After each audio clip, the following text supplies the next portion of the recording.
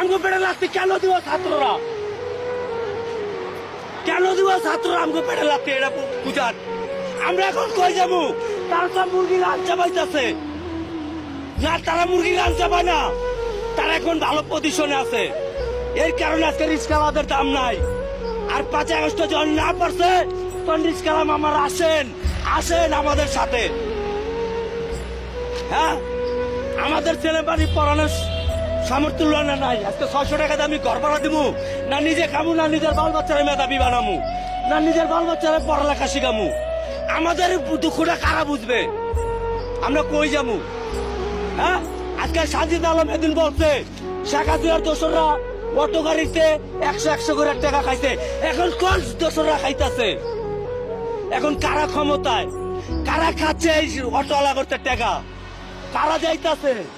কারা কারা নিতেছে? হ্যাঁ, এখন যদি তত্ত্বাবধায়ক থাকতে যদি এই দুর্নীতিবাদদেরকে না উচ্ছেদ করতে পারে, কোন গভর্নমেন্ট সরকার আসলে দুর্নীতিবাদ উচ্ছেদ করতে পারবে না।